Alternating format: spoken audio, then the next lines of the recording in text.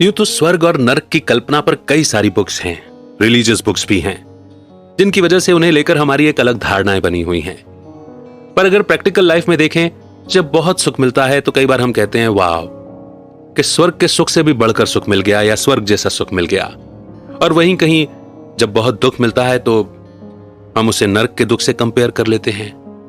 बहरहाल इस unlimited world में हम भी बड़े कॉमन से हो जाते हैं कई बार, लेकिन उस कॉमन से जब हट करके हमें स्पेशल बनना होता है, हम अपनी ग्रेटनेस को अचीव करना चाहते हैं, जिसमें हमारी inner peace, inner happiness, positivity, बहुत सारी चीजें शामिल होती हैं, तब हमें एक गाइड की जरूरत पड़ती है।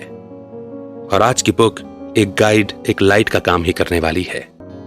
तो आज की बुक समरी है द हेवनली लाइफ, जिसे लिखा है जेम्स एलन ने। जेम्स एक ब्रिटिश राइटर थे जिन्होंने कई सारी सेल्फ हेल्प और इंस्पिरेशनल किताबें लिखी हैं। उनकी best selling novel as a man thinketh 1903 में पब्लिश हुई थी, पर तब से लेकर आज तक इस किताब से इंस्पायर होकर कई किताबें और ऑडियो बुक्स लिखी जा चुकी हैं।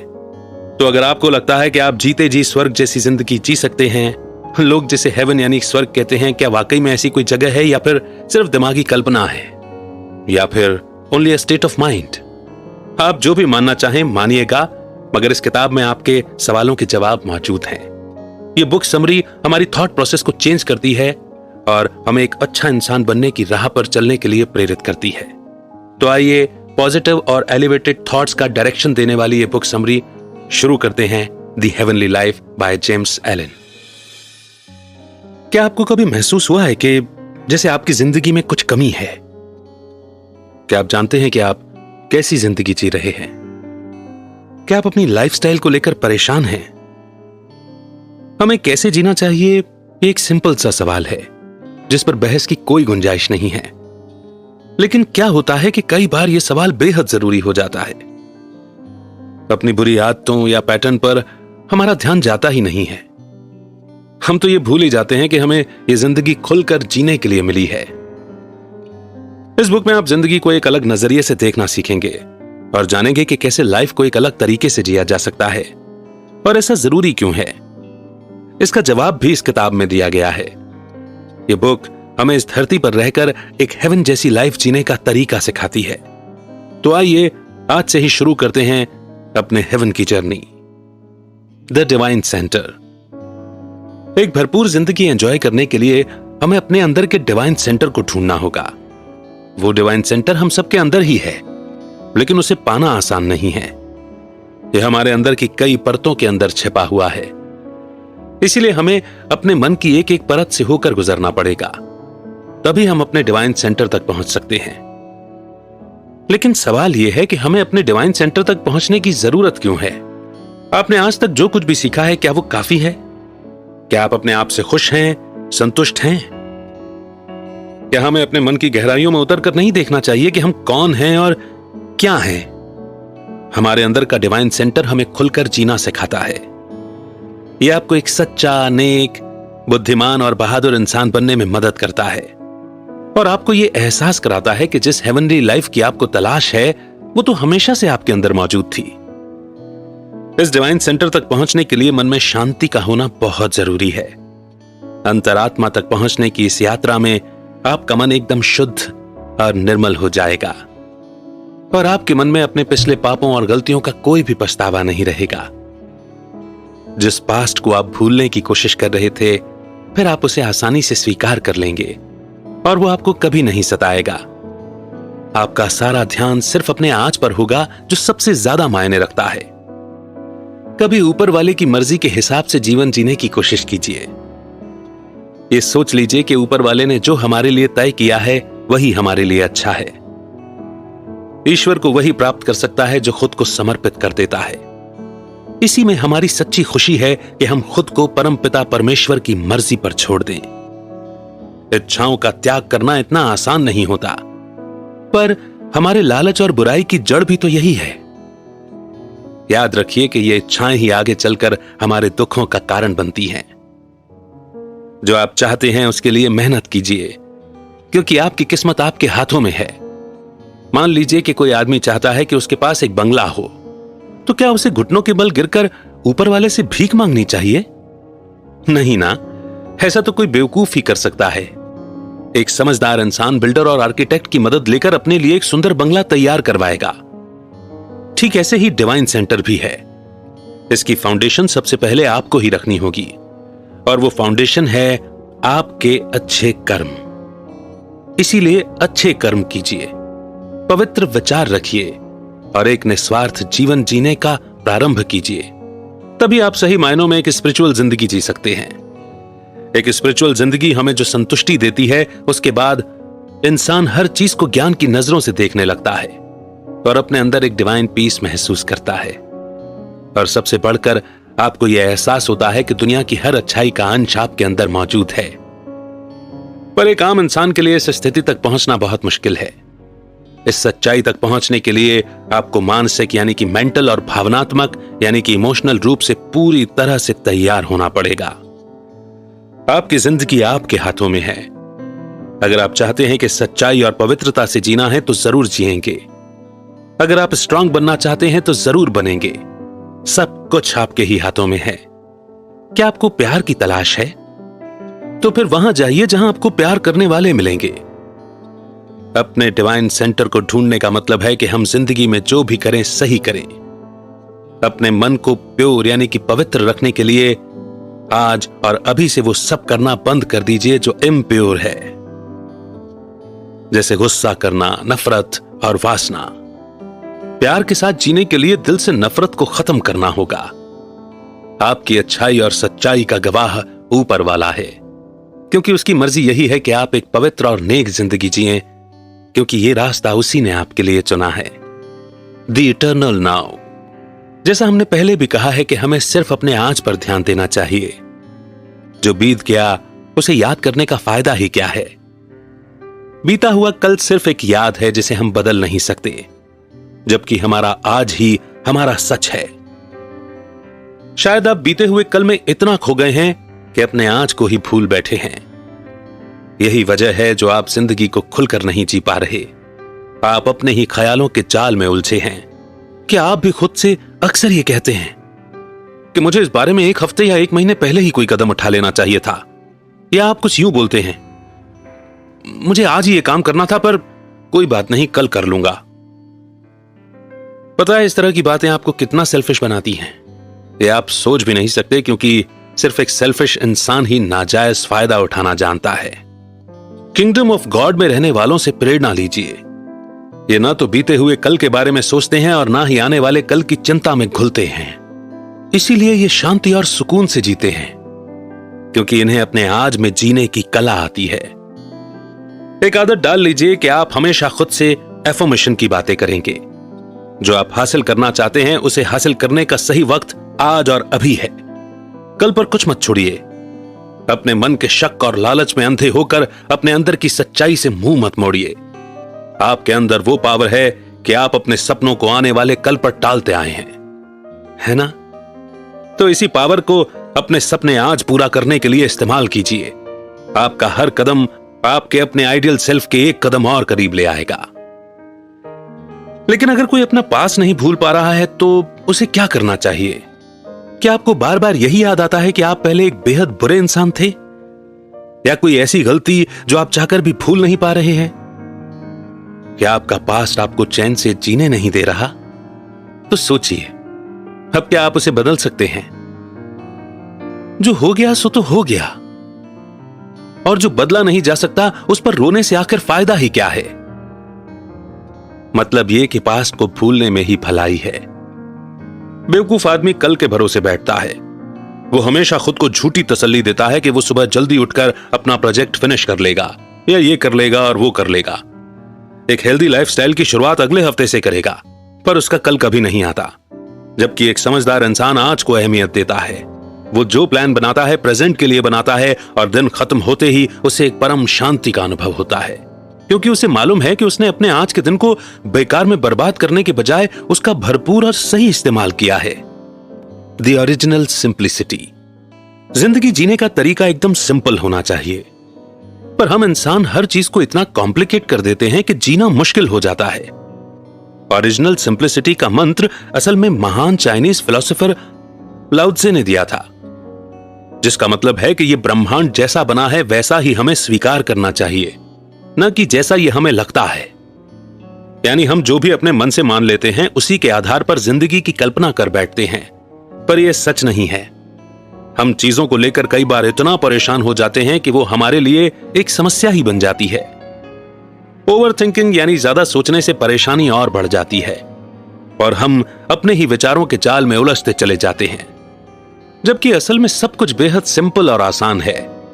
भ्रम हमें सच्चाई से दूर कर देता है, इसीलिए कल्पना की दुनिया से बाहर आना जरूरी है। इसके लिए खुद को मिटाना होगा। यहां हमारा मतलब है कि इंसान को स्वार्थ और अहम से ऊपर उठकर सोचना होगा। अगर अपना अहम नहीं मिटाया तो परमात्मा को कैसे पहचानेंगे? इसीलिए मैं और मेरा भूलकर सारे संसार से नाता जोड़िए। अपने जीवन में सादगी को जगह दीजिए। पूरे दिल से सिंपल लाइफ जीने की शुरुआत कीजिए। दिल से नफरत, वासना और भेदभाव को मिटा दीजिए। बुरे काम करना छोड़कर आज से ही अच्छाई और ईमानदारी के साथ जीना शुरू कीजिए। ऐसी जिंदगी जिए जो उसूलों पर चले। विनम्रता, प्यार, ज्ञान और दया, ये सब सादगी के अलग अलग रूप हैं और यही वो गुण हैं जो इंसान को सही मायनों में एक हेवनली लाइफ जीने में मदद कर सकते हैं। जिसने ये समझ लिया वही सुकून और सुख से जी सकता है, वरना तो मूर्ख लोग ज्ञान को बेवकूफी समझ लेते हैं और विनम्रता को बुज़दिली। जिस तरह सादगी से भरा यह संसार है, आप भी इसी संसार के एक अंश हैं, तो आपके अंदर भी कुदरती तौर पर वो सादगी मौजूद है। इस सादगी को बाहर आने दीजिए और जिंदगी को खूबसूरत बनने दीजिए। एक सादगी भरा जीवन जीकर ही आप इस संसार और इंसानियत से सही मायनों में जुड़ सकते हैं। The unfailing wisdom. अपनी जिंदगी का कंट्रोल अपने हाथों में ले लीजिए। शारीरिक इच्छाओं और कमजोरियों से ऊपर उठना होगा। यहां तक कि दुनिया क्या कहेगी इसकी परवाह करना भी छोड़ दीजिए। ना तो किसी चीज के और ना ही किसी इमोशन के गुलाम बनिए। अगर गुलाम बने रहे तो ना ही स्ट्रांग बन पाएंगे और ना ही वाइज यानी कि बुद्धिमान। मान लीजिए कि आप चीजों के गुलाम हैं, उनके बिना जी नहीं सकते। ऐसे में अगर वो चीज चोरी हो गई तो आप क्या करेंगे? जाहिर है कि आप अंदर से खोखला महसूस करेंगे, लेकिन ये आपकी असलियत नहीं है। आपकी किस्मत आपके हाथों में है। इसलिए चीजों और हालात से ज्यादा खुद पर डिपेंड रहिए। इसी में समझदारी है। जो आपके पास है उसका बेस्ट इस्तेमाल करने की कोशिश कीजिए। अगर आपसे गलतियां हुई हैं तो उनसे कोई सीख जरूर लीजिए। हर वो चीज जिसकी आपको तलाश है आपके ही अंदर है। आपके पास ताकत भी है और बुद्धि भी, बस आपको इसे बाहर लेकर आना है। दरअसल इंसान सीखने के लिए ही पैदा हुआ है, पर जिन्हें लगता है कि उन्हें कुछ सीखने की जरूरत नहीं है, उनके आगे बढ़ने के रास्ते वहीं बंद हो जाते हैं। इसीलिए सीखो और आगे बढ़ो। ज्ञान हासिल करो, पर उस पर घमंड मत करो। क्या आप ऐसा ज्ञान हासिल करना चाहते हैं जो कभी खत्म ना हो? तो फिर सबसे पहले विनम्र बनिए। दूसरों से कुछ सीखने को मिले तो जरूर सीखिए। अच्छे काम करें और अच्छे विचार रखें। आपके दिल में सिर्फ और सिर्फ प्यार और शुक्रगुजार होने की भावना होनी चाहिए। अपने लक्ष्य से कभी भी भटकिए मत, चाहे लाख परेशानियां आए। हालात आपके चाहे फेवर में हो ना हो, हर हाल में सीखने की कोशिश कीजिए। आपका ज्ञान और अनुभव ही आपको परेशानियों से निकलने में मदद करेगा। अगर गलतियों का पछतावा करना चाहते हैं तो बेशक कीजिए, पर बार बार उन गलतियों को याद मत कीजिए। आपके सोचने और पछताने से क्या गलतियां ठीक हो जाएंगी? नहीं ना। इसीलिए सारी उम्र गलतियों पर पछताने का कोई फायदा नहीं है। जिंदगी में करने के लिए और भी बहुत कुछ है। अपनी जिंदगी का बनाना या बिगाड़ना आपके हाथ में है, और जिंदगी वही बिगाड़ेगा जो गुलाम बनकर रहेगा। अपना कैरेक्टर ऐसा बनाएं कि आप पर कोई उंगली ना उठा सके। नेक बने और उसूलों पर जिएं। The might of meekness. जो लोग नरम दिल और शांत होते हैं, अक्सर लोग उन्हें डरपोक समझ लेते हैं, मगर नहीं, ये कोई अपमान वाली बात नहीं है, बल्कि नरम दिल होना तो इंसान की सबसे बड़ी खूबी है। पर नरम दिल हर कोई बन नहीं सकता। इसके लिए आपका दिल एक पर्वत जैसा विशाल होना चाहिए। जैसे एक पर्वत को बड़े से बड़ा तूफान भी नहीं हिला सकता, वो गर्व से सिर उठाए खड़ा रहता है, वैसे ही नरम दिल इंसान भी बड़े से बड़ा दुख बर्दाश्त कर लेता है। जैसे विशाल पर्वत जानवरों और पंछियों को पनाह देता है, ठीक ऐसे ही एक नरम दिल इंसान भी दूसरों को अपने स्नेह की छाया देता है। एक हम्बल इंसान काफी कुछ बर्दाश्त कर लेता है, मगर हर परेशानी और दुख के बावजूद भी वो शांत और गंभीर बना रहता है। हर समस्या का डटकर मुकाबला करता है। वो कभी टूटता नहीं है, कभी हार नहीं मानता, यहां तक कि अपने करीबी लोगों की रक्षा के लिए वो ढाल बनकर खड़ा हो जाता है। सिर्फ इसीलिए हम्बल होना डरपोक होने की निशानी नहीं है, ये इस बात का सबूत है कि हमारी खामोशी में भी असली ताकत है। जो नरम दिल और नेक हैं, उन्हीं पर ऊपर वाले की कृपा होती है।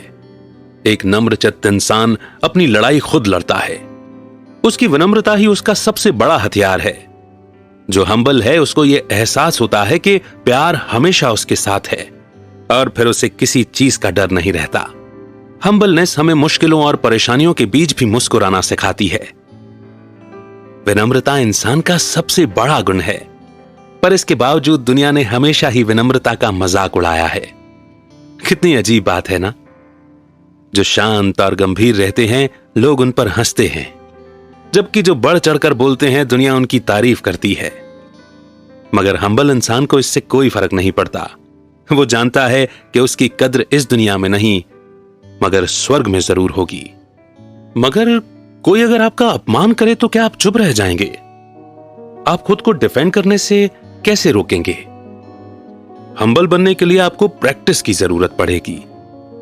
याद रहे कि दुख दर्द हमारी जिंदगी का एक अहम हिस्सा है और हमेशा रहेंगे भी। तो फिर इस बात का रोना रोने से कोई फायदा नहीं है। किसी के द्वारा किए गए अपमान का बुरा हमें तभी लगेगा जब हम बुरा मानेंगे। दूसरे लोग हमारे बारे में क्या सोचते हैं, क्या राय रखते हैं, यह सोचना हमारा काम नहीं है। लोगों का ओपिनियन उन्हीं पर छोड़ दीजिए। जो भी आपको जज कर रहा है करने दीजिए। खामोशी से सब कुछ सुनते रहें, पर रिएक्ट नहीं कीजिए। जब तक आप न चाहें, कोई भी आपके मन की शांति भंग नहीं कर सकता। हम्बल होने में ही हेवनली लाइफ है। आप खामोश रहकर मन की शांति, प्यार और धैर्य बनाए रखिए। जो लोग हम्बल होने का ढोल पीटते हैं, असल में वो हम्बल नहीं होते, क्योंकि नम्रता बातों से ज्यादा व्यवहार से छलकती है। कोई नफरत करे तो बदले में प्यार दीजिए। कोई आपको अपशब्द कहे या बदुआ दे तो भी उसके साथ प्यार से पेश आइए। अगर किसी ने अचीव किया है तो उसकी खुशी में शामिल हो जाइए। अगर हमारे हारने में किसी को जीत मिलती है तो यही सही। इसी में सच्ची खुशी छुपी है और यही हम्बलनेस है। द राइटियस मैन, नेक इंसान को कोई भी चीज नहीं रोक सकती। उसे ना तो बुराई छू सकती है और ना ही दुख। जो उसे तकलीफ देने की कोशिश करता है, खुद ही तकलीफ भोगता है। नेक इंसान परमात्मा का प्रतिनिधि है। उसके मन में कोई पाप नहीं होता और ना ही वो भेदभाव करता है। वो हर लालच, काम, क्रोध, नफरत और गुस्से से परे है। नेक इंसान को अपनी आत्मशक्ति पर विश्वास होता है, इसीलिए उसके मन में कोई डर नहीं है। वो अपना हर फर्ज पूरी ईमानदारी से निभाता है। पर जो गलत होगा, उसके अंदर ही सारी बुराइयां भी होंगी। ऐसा इंसान अपनी इच्छाओं और वासनाओं का गुलाम होता है। उसके मन में डर, शक और चिंता घर कर जाती है। छोटी से छोटी बात को भी वो दिल से लगा लेता है। असल में जिनके दिल साफ नहीं होते, उनकी आत्मशक्ति भी कमजोर होती है। उन्हें बात बात पर गुस्सा आ जाता है। कोई कुछ कह दे तो तुरंत अपमानित महसूस करने लगते हैं। छोटी छोटी बातों पर खुश होते हैं और छोटी छोटी बातों पर दुखी। ऐसे लोगों को दूसरों की राय या आलोचना की बड़ी चिंता होती है। उनका सारा जीवन लोग क्या कहेंगे इसी बात पर निर्भर करता है। कुछ लोग अच्छे और बुरे दोनों होते हैं, बल्कि ऐसे लोग प्रैक्टिकल जिंदगी के हिसाब से एकदम फिट बैठते हैं।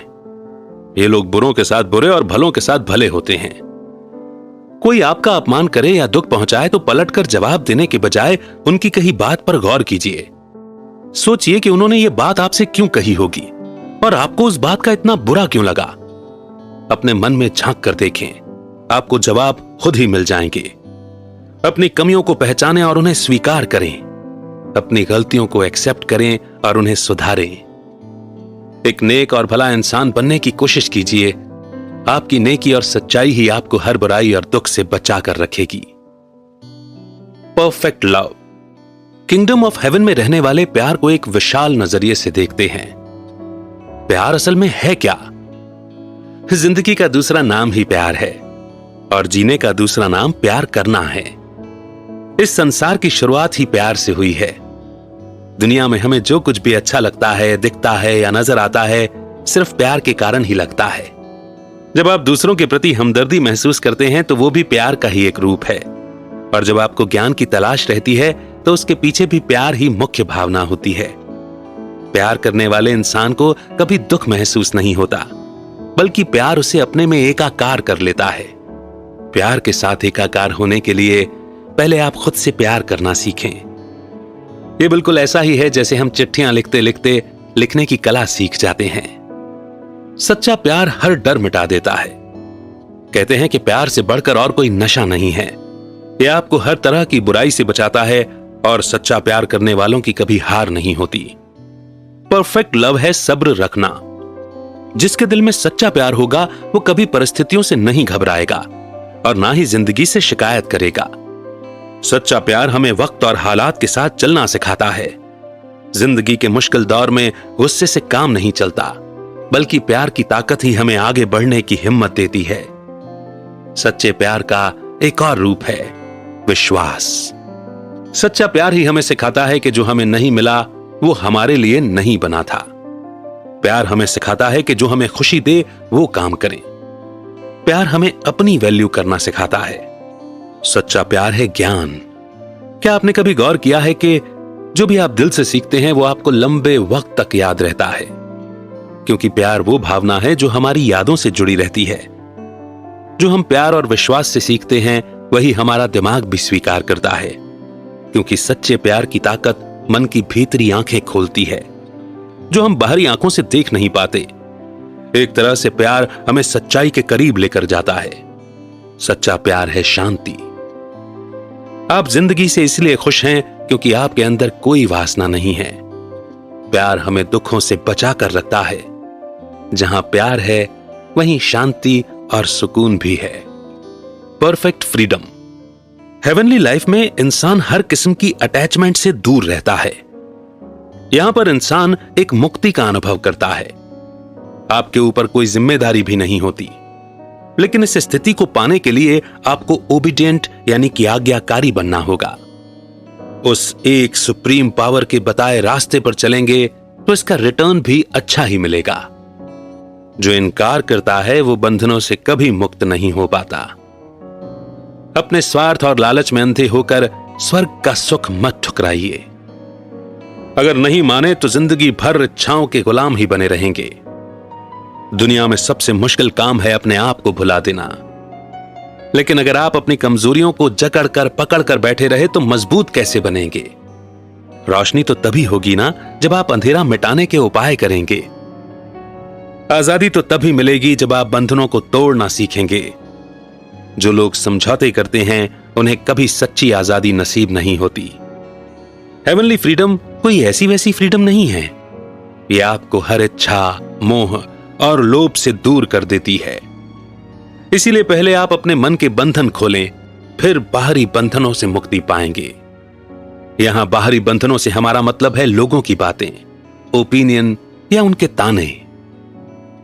जिसने हर बंधन को तोड़ दिया समझ लीजिए उसने शांति और आनंद को पा लिया। उससे ऐसा महसूस होगा जैसे उसकी छाती से कोई भारी पत्थर हट गया हो। याद रखिए ये वो स्थिति है जिसमें सुख ही सुख मिलता है। इससे बड़ा सुख दुनिया में और कोई हो ही नहीं सकता। गुडनेस, सिंप्लिसिटी एंड ग्रेटनेस, इन तीनों चीजों का एक ही मतलब है। गुडनेस, सिंप्लिसिटी और ग्रेटनेस यानी अच्छाई, सादगी और महानता। तीनों का अस्तित्व एक दूसरे के बगैर अधूरा है। कोई चीज इसलिए महान होती है क्योंकि उसमें अच्छाई है, और हर जो चीज अच्छी है उसमें एक सादगी जरूर है। तभी तो कहते हैं कि महानता के बिना अच्छाई का कोई वजूद नहीं है। ग्रेटनेस यानी कि महानता हमेशा के लिए बरकरार रहती है। ना तो इसमें कोई वायलेंस है यानी कि हिंसा, और ना ही कोई कंफ्यूजन। लगभग जितने भी महान लोग हुए हैं वो सब के सब दयालु थे। ये वो लोग होते हैं जो बिना झिझक किसी की भी मदद के लिए तैयार रहते हैं। यही वो लोग हैं जिन पर हम जिंदगी में सबसे ज्यादा भरोसा कर सकते हैं।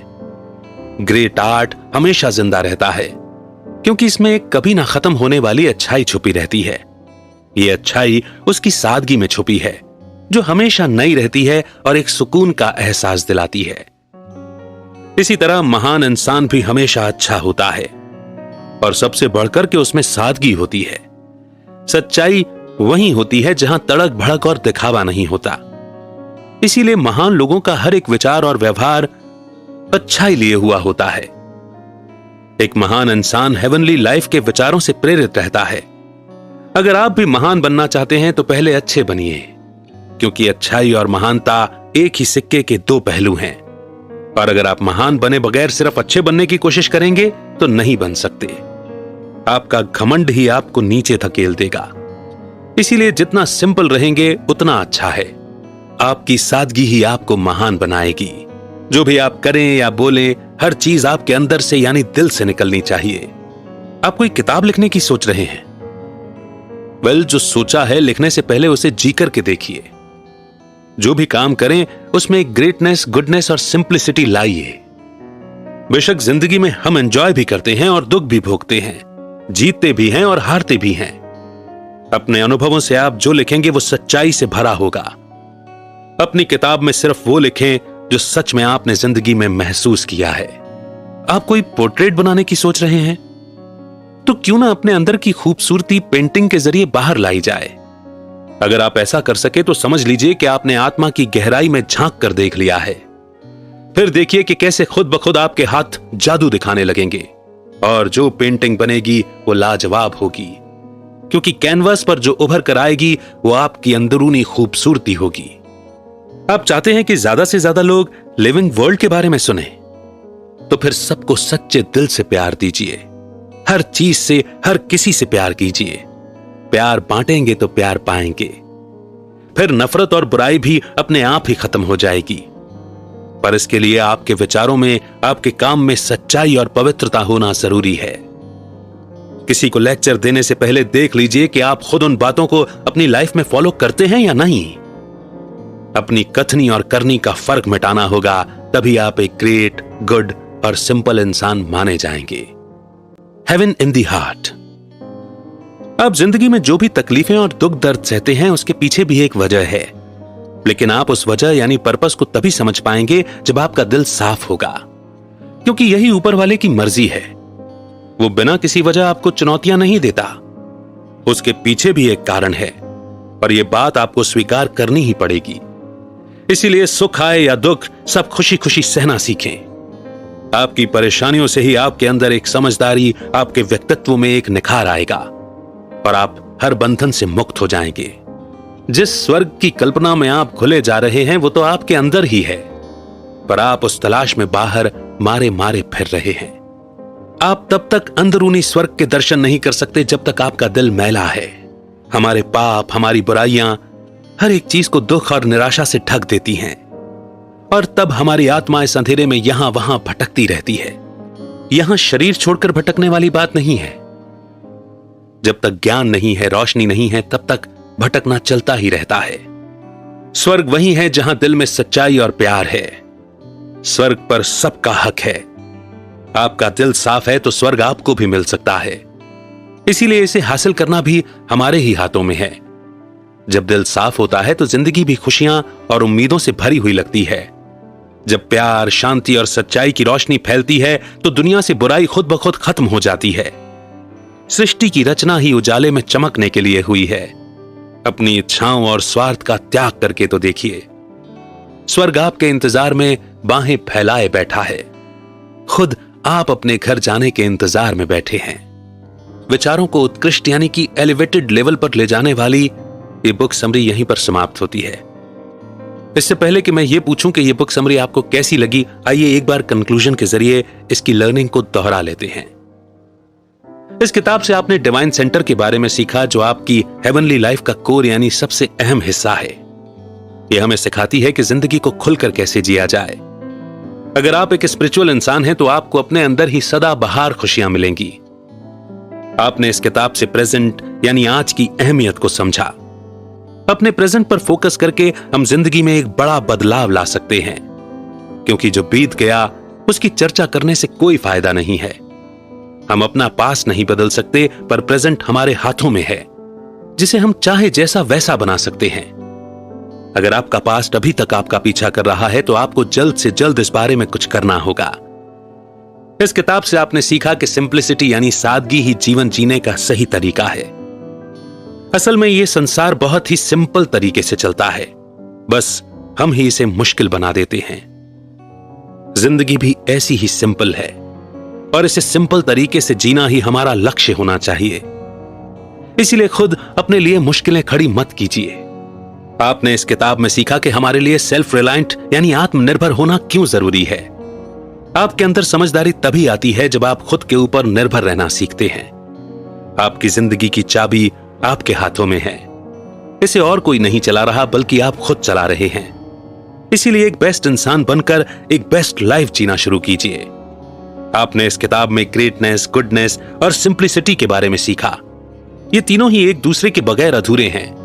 अगर आपका इरादा सिर्फ ग्रेटनेस अचीव करने का है तो आप गुडनेस और सिंप्लिसिटी के बिना कभी अचीव नहीं कर पाएंगे। ग्रेट बनने के लिए पहले आपको अच्छा बनना पड़ेगा, और जो ग्रेट होगा उसकी शुरुआत ही सिंप्लिसिटी से होगी। आपने ये भी सीखा कि हेवनली लाइफ आपके अंदर ही छुपी है। इस बुक में जो स्टेप्स दिए गए हैं उन्हें फॉलो करके आप अपने अंदर के इनर पीस यानी हेवनली लाइफ को पा सकते हैं। बहुत से लोगों की तमन्ना होती है कि वो मरने के बाद स्वर्ग जाएं, लेकिन अगर हमें धरती पर ही स्वर्ग जैसी जिंदगी जीने का मौका मिले तो क्या आप नहीं जीना चाहेंगे? बेशक आप धरती पर रहकर ही स्वर्ग जैसी जिंदगी जी सकते हैं। कोई आपको इससे रोक नहीं सकता। आपको जरूरत है तो बस इतनी कि खुद पर यकीन रखिए। दुनिया में नामुमकिन कुछ भी नहीं है, बस भरोसा बनाए रखिए। तो अब आप बताइए कि आपको यह बुक समरी कैसी लगी।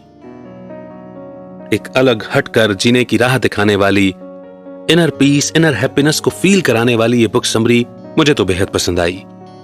आपके एहसास, आपके फीडबैक कमेंट सेक्शन में जरूर लिखिए, और एक लर्निंग के साथ में लिखिए, ताकि वो हमेशा के लिए वहां पर दर्ज हो जाए। और बहुत सारी लिखी हुई लर्निंग से जब भी कोई आए तो वो लर्निंग सभी के साथ शेयर होती रहे। तो इंतजार रहेगा आपके फीडबैक का। नेक्स्ट बुक समरी आप कौन सी सुनना चाहते हैं, आप हमें यह भी सजेस्ट कर सकते हैं। बहुत जल्द एक नई बुक समरी के साथ फिर होगी आपसे मुलाकात। तब तक रखिए अपना बेहतर ख्याल, और लर्निंग को केवल नोट करके नहीं रखना है, लाइफ में अप्लाई भी करना है। करेंगे ना? करेंगे। जय हिंद, जय भारत।